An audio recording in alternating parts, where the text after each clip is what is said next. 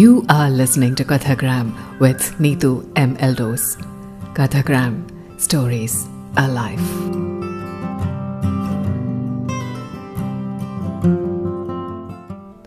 Why do you go trekking? Why spend money just to climb up hills? If it's exercise you're after, why not hit the gym? These are questions people ask me every time I return from a trek. And honestly, I get it. It's not always easy to explain. But here is what I have realized. Sometimes you don't know what you are searching for unless and until you step into the unknown. ആദ്യമായിട്ട് ഒരു female ഗൈഡിൻ്റെ കൂടെ trek ചെയ്യുന്നത് മുൻസിയാരിയിലാണ്. Munsiyari, a name as musical as the place and its people. Munsiyari is located in the Pithoragarh district of Uttarakhand near the Indo-Tibetan border. ഇത്തവണ ഞാൻ എൻ്റെ ഒരു ഫ്രണ്ടിൻ്റെ കൂടെയാണ് പോയത്. ഡൽഹിയിൽ നിന്ന് ഒരു ട്രെയിനിൽ കയറി കാഠ്ഗോഡാം, പിന്നെ അവിടെ നിന്ന് Haldwani. And from there we had to take a share taxi till Munsiyari. അവിടെ ബസ് സർവീസ് ഒന്നുമില്ല, ഷെയർ ടാക്സി മാത്രമാണ് ഏക ആശ്രയം. Taking a shared taxi from Haldwani to Munsiyari, now that is what I call a real adventure. Imagine this, a 10-seater Bolero crammed with 15 people.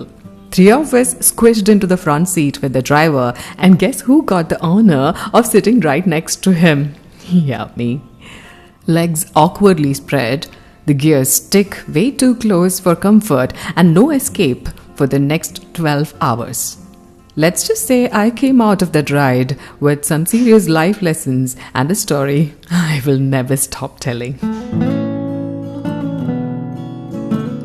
ഇതൊന്നും പോരാഞ്ഞിട്ട് നമ്മുടെ driver ചേട്ടൻ Himachali folk songs play ചെയ്യാൻ തുടങ്ങി, അങ്ങ് ചെവി പൊട്ടുന്ന വോള്യത്തിൽ. Apparently, people in Munsiyari simply can't drive without their playlist turned all the way up, like deafeningly loud. But hey, I've got to admit, they've got quite the collection of rustic love ballads, oddly charming. The bumpy ride was worth it, with glimpses of lush green valleys and winding mountain roads teasing what awaited us in Munsiyari. അങ്ങനെ അതിസാഹസികമായി ഞങ്ങൾ മുൻസിയാരിയിലെത്തി. ഇന്ന് മുൻസിയാരി is a popular destination. ഞാൻ പോയ സമയത്ത് മുൻസിയാരി was only becoming a popular tourist spot. An untouched beauty. കലർപ്പില്ലാത്ത മനുഷ്യർ, പ്രകൃതിയോടിണങ്ങി ജീവിക്കുന്നവർ. അല്ലെങ്കിലും ഇതുവരെ ട്രാവൽ ചെയ്തതിൽ വെച്ച് എനിക്ക് ഏറ്റവും പ്രിയപ്പെട്ടവർ ഉത്തരാഖണ്ഡിലെ ആളുകളെയാണ്. Innocent villagers. The one takeaway for me from Munsiyari was how the women in the village took a collective initiative to run their homestays. ഞങ്ങൾ ഒരു ഹോംസ്റ്റേയിലാണ് താമസിച്ചത്. Affordable, clean, well-maintained by the women in the village. So, here is how they operate and earn income. A woman from Delhi came to Munsiyari and started a trust to help these village women. She helped them by encouraging them to run homestays. അവരുടെ ഗ്രൂപ്പിലുള്ള എല്ലാവരും മാറി മാറി ഗസ്റ്റ്സിനെ host ചെയ്യും. അതുമാത്രമല്ല, there are some trekking guides among them who take turns to show the guests around. What a beautiful concept. And the tariff goes entirely to these village women, except 10% which goes to the trust that they have formed. ഇത്തവണ കംലയുടെ ഊഴമായിരുന്നു. Kamla homestay. കംലയുടെ കുഞ്ഞു വീട്, cozy, well-maintained and a clean room in her house overlooking the hills.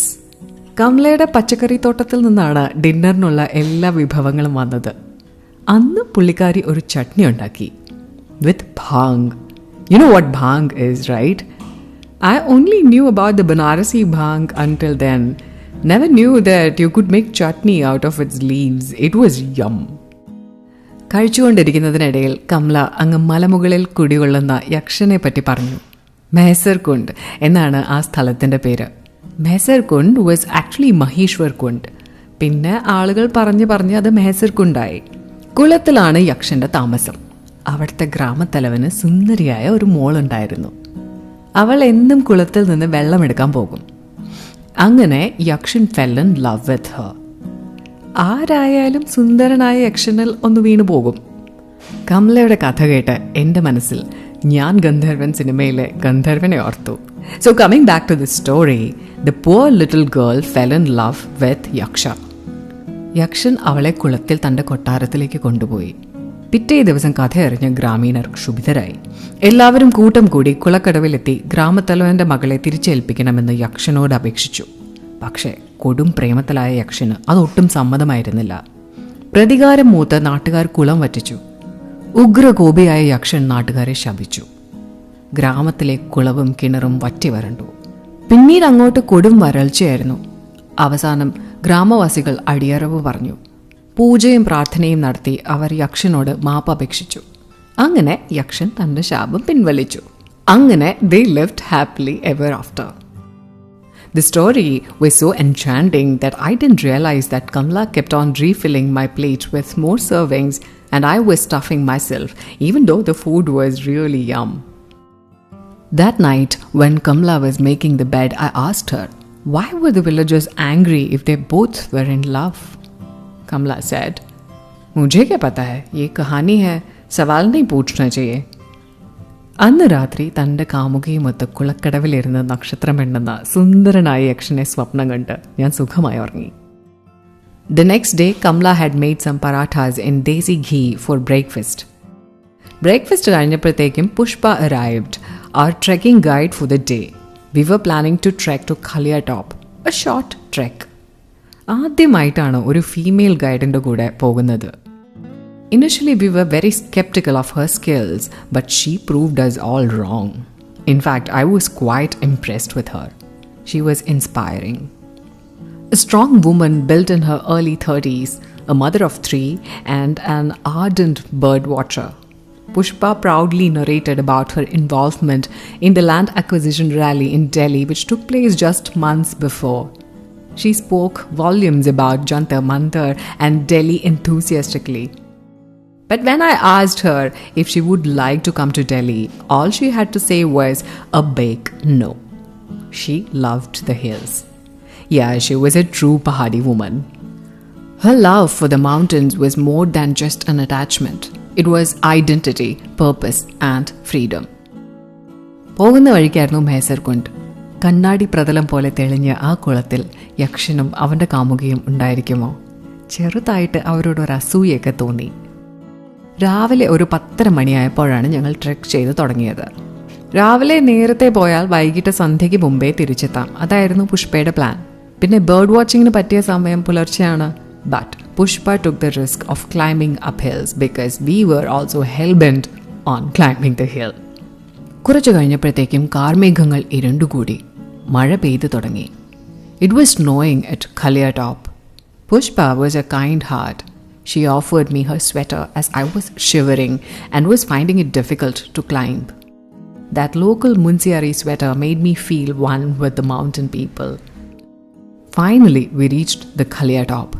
A stunning view. Magnificent Panchachuli peaks on one side and endless grasslands on the other side. I saw a stone piled up there on which I was about to sit, and Pushpa stopped me, saying that it is a temple for Lord Shiva. A trishul, a bell, and few stones. A prospective temple in the making. Apart from religious sentiments, the breathtaking view takes you to another world. മലമുകളിലിരുന്ന് Kamala pack ചെയ്ത് തന്ന lunch കഴിച്ച് ഞങ്ങൾ തിരിച്ച് മല ഇറങ്ങാൻ തുടങ്ങി. കാടും മലയും നന്നായി അറിയുന്ന ഒരാൾക്ക് മാത്രമേ ഊടുവഴികൾ താണ്ടി തിരിച്ചെത്താൻ കഴിയൂ. തിരിച്ചിറങ്ങുന്നത് മറ്റൊരു കാടിനുള്ളിലൂടെയാണ്. We were fortunate to have Pushpa who took us through a jungle of Raabta trees. Raabta എന്നത് അവിടുത്തെക്കാരുടെ ഭാഷയിലാണ്. വേരുകളും മരച്ചില്ലകളും ഇടതൂർന്ന് വളർന്നു നിന്നിരുന്ന ഒരു ചക്രവ്യൂഹം. An entangled web of roots and branches that seemed endless. അതിനകത്തേക്ക് കയറിയാൽ പിന്നെ പുറത്ത് കടക്കുന്നത് എളുപ്പമല്ല. ഇടയ്ക്കെപ്പോഴോ പുഷ്പയ്ക്കും വഴി തെറ്റിയിരിക്കാം. വേരുകളും ചില്ലകളും മാത്രമുള്ള ആ കാട്ടിലേക്ക് ആദ്യം കയറിയപ്പോഴുണ്ടായിരുന്ന എക്സൈറ്റ്മെന്റ് പതുക്കെ ഒരു ഭയമായി മാറി. സന്ധ്യയായി തുടങ്ങി. എത്രയും നടന്നിട്ടും എങ്ങും എത്തുന്നില്ല. കൂർത്ത മരച്ചില്ലകൾ മുറിവേൽപ്പിച്ചു തുടങ്ങി. പേടി കാരണം വേദന അറിഞ്ഞില്ല. ഞാനും എൻ്റെ ഫ്രണ്ടും മുഖത്തോട് മുഖം നോക്കി. പക്ഷേ ഇതൊന്നും ശ്രദ്ധിക്കാതെ പുഷ്പ വളരെ കോൺഫിഡൻ്റായി മുന്നോട്ട് വച്ചടിച്ചു. ഏകദേശം 1 മണിക്കൂർ കഴിഞ്ഞപ്പോൾ വഴി കണ്ടു തുടങ്ങി. പുഷ്പയുടെ മുഖത്തും ആശ്വാസം. Pushpa made us a hot, steaming cup of black tea, a much-needed drink after being caught in a dreadful maze. ഒരു 10 മിനിറ്റിന് ശേഷം വീണ്ടും നടപ്പ് തുടങ്ങി. ഇനിയും ഒരു കാട് കടന്നിട്ട് വേണം കമലയുടെ ഹോം സ്റ്റേയിലെത്താൻ. പെട്ടെന്നാണ് ആരോ കരയുന്നത് പോലെ ഒരു ശബ്ദം.